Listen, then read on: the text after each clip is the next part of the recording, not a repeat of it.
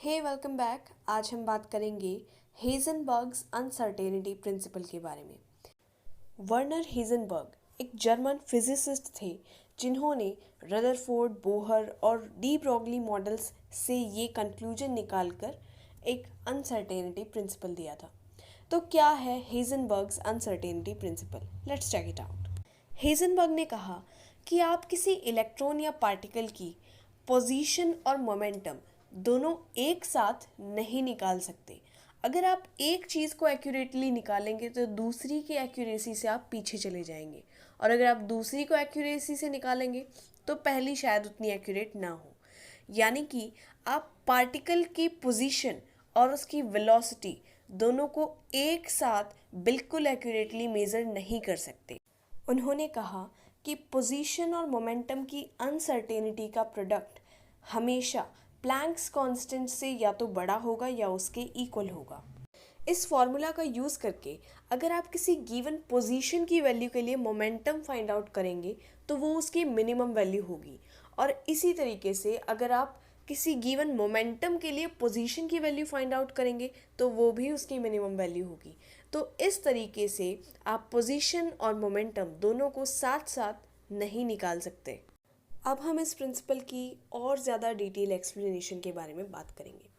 मान लीजिए मैं चाहती हूँ कि मैं इलेक्ट्रॉन का मोमेंटम और पोजीशन दोनों निकाल सकूँ, तो मैं इलेक्ट्रॉन के ऊपर एक फोटोन को हिट करूँगी, यानी कि मैं एक ऐसी लाइट यूज़ करूँगी ताकि जो उस लाइट के फोटोन हैं वो उस इलेक्ट्रॉन को स्ट्राइक करे, और सामने से जो रिफ्लेक्टेड फोटोन्स होंगे वो एक माइक्रोस्कोप के अंदर ऑब्जर्व हो जाएं।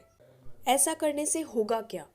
हिट करते ही इलेक्ट्रॉन की वेलोसिटी और पोजीशन में डिस्टरबेंस क्रिएट होगी, जिसे हम ऑब्जर्व कर सकते हैं।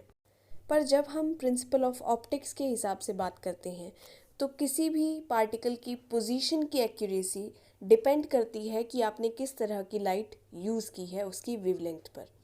तो जितनी छोटी वेवलेंथ होगी उतनी ज़्यादा एक्यूरेसी होगी। शॉर्ट वेवलेंथ का मतलब है ज़्यादा फ्रिक्वेंसी और ज़्यादा एनर्जी। तो जब एक हाई एनर्जी का फोटोन स्ट्राइक करेगा इलेक्ट्रॉन को तो स्पीड के साथ वो उसकी डायरेक्शन को भी चेंज कर देगा।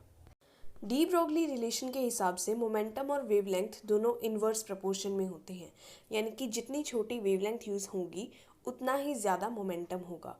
पर कोलिजन के वक्त उस फोटोन की जिसके पास इतनी हाई मोमेंटम है उसकी कुछ इनडेफिनेट अमाउंट ट्रांसफ़र हो जाती है इलेक्ट्रॉन के पास, जिसकी वजह से अपने आप इलेक्ट्रॉन की वेलोसिटी में एक बहुत बड़ी अनसर्टेनिटी क्रिएट हो जाती है।